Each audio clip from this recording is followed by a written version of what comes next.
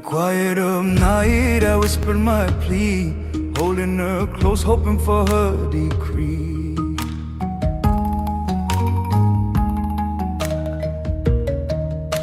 When the sea breathes out, we read its hands. Then we take the salted leaves for our children. I watched a woman bend to the pan while the stars bled out. She counted the puddles like prayer beads, and without looking up said, "If the tide forgets, we remember." That line, it's Soka's. She wakes around 3 a.m. to begin. I kept imagining that scene, a sky so dim it reads like a living map. You're listening to Ancient Echoes, ancient stones, modern stories, warm welcomes. I'm Samnang Bradley, and with me is Sovan Lida. Today, we follow a road of salt, early pans, the women who tend them, and how a pinch of mineral travels from tide to temple, kitchen, and market. We'll listen closely to rhythms, the rake, the counting, the jokes, and then step back to ask why salt matters, economically, ritually, and for household life. A bit of framing. Coastal salt making in Cambodia uses tiered, shallow pans to evaporate seawater. The craft is mostly done by women, guided by timing and touch rather than heavy machinery. Historians link local salt trade to inland markets for centuries. Salt preserved food and paid labor. We'll list sources in the show notes for anyone who wants the academic trail. Right. And the technique is practical poetry. Pans laid out like mirrors, wooden rakes to move a glinting crust, drying timed to sun and wind. Women read a skin of water and know whether to rake or wait.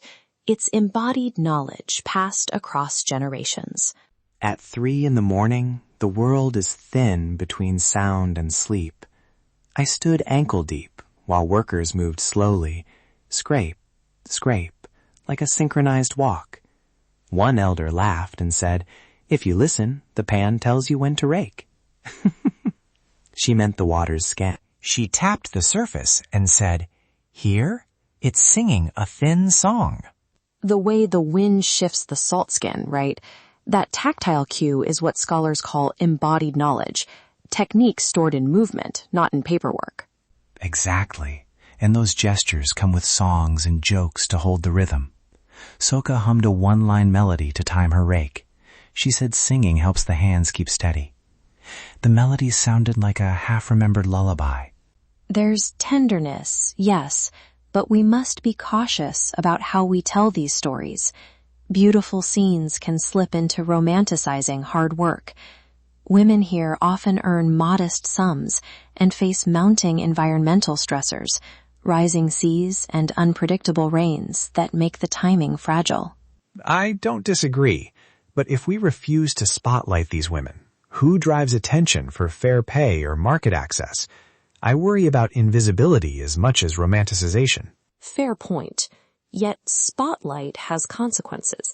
NGOs pushing mechanization, for instance, can disrupt labor structures and displace women who depend on handcraft work. So, mechanization or market access? I think there's a third path, small-scale certification tied to direct village channels, paired with buyer match programs that keep margins local. We'll put a buyer match form and consent template in the show notes. That's a tangible step, and it respects local agency.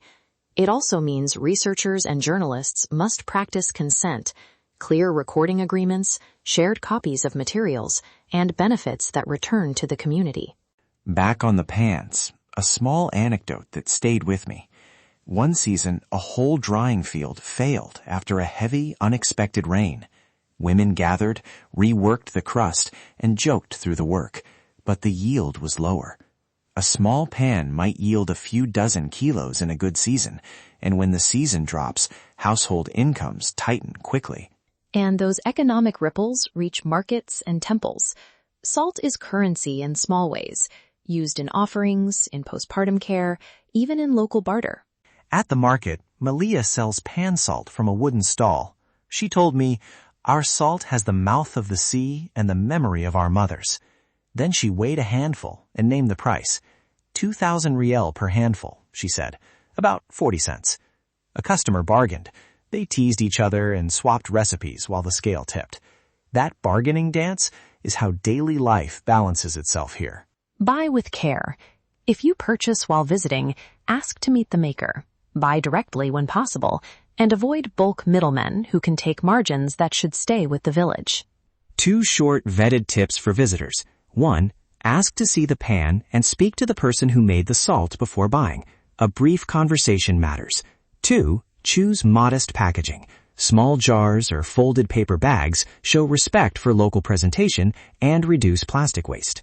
And if you're recording sound or images, ask permission and offer a copy. We include a simple permission template in the show notes for field recorders and researchers. Now, close your eyes for a moment and layer what you hear. First, the pan's thin skin cracking like old paper under a rake. Then, Soka humming a one-line melody to set her pace. Then, a boy at the market counting coins and calling to a neighbor, "Amai, amai." And under all that, the low, patient exhale of the tide. Hold that for a beat. When you step out of that soundscape, you see how place and practice knit together. In one market stall, I watched 2 women fold salt into paper and trade a recipe for fish paste. Small economies and cultural knowledge moving at the same pace. Culinary note: coastal Cambodian salt tends to be coarser with a bright mineral edge, prized for fish sauces and grilled seafood. Sellers sometimes toast a little salt to deepen aroma, one small technique that changes how a dish finishes. On my last morning there, Soka pressed a tiny paper packet into my hand. 2 pinches of salt, she called, for the kitchen, for remembering. She said, if you leave with salt, you leave with our story.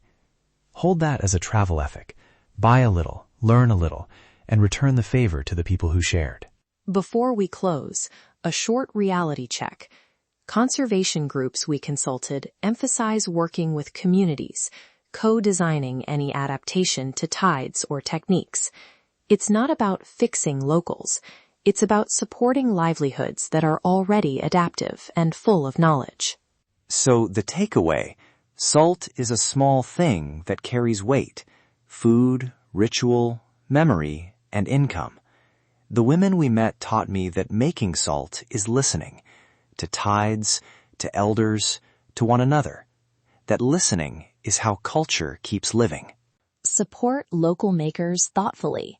Learn the stories behind the products you buy, and practice ethical recording and research. We've added links in the show notes: conservation partners, market contacts, a buyer match form, and a consent template for field recorders. If this episode moved you, subscribe to Ancient Echoes so these stories keep finding ears. Visit our show notes for transcripts, sources, and the buyer match and consent tools Sylvan mentioned. Quiet stones, loud stories. Walk the salt road with care. Hear Cambodia's heartbeat and bring a little of it home with respect. Thank you to Soka, Milea, and all the women who shared time and labor with us. Listen closely, learn, and belong.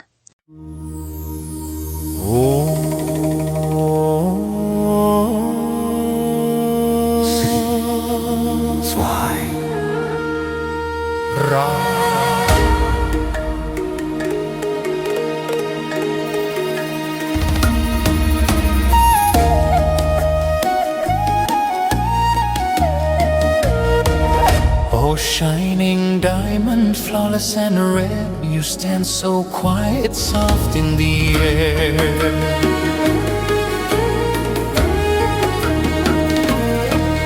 I dared not rush you, feared you'd flee. Your heart too pure to belong to me. If you turn away, I reach and bind, press my hand, still body and mind.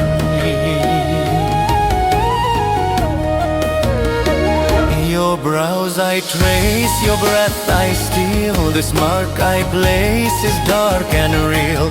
From this moment break and fall, hear the spell obey the call.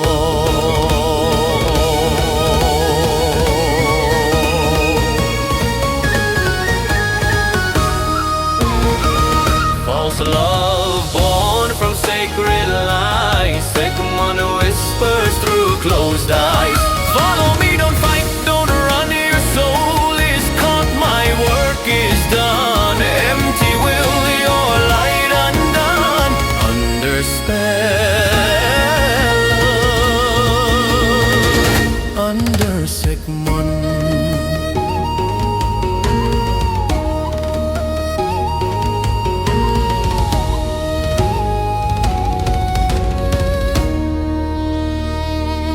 Crystal beauty, diamond bright, caught between shadow, charm and night.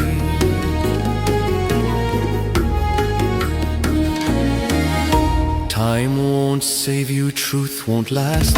This vow is carved, the line is cast. My words are smoke, my touch is fire. I bend your heart to dark desire.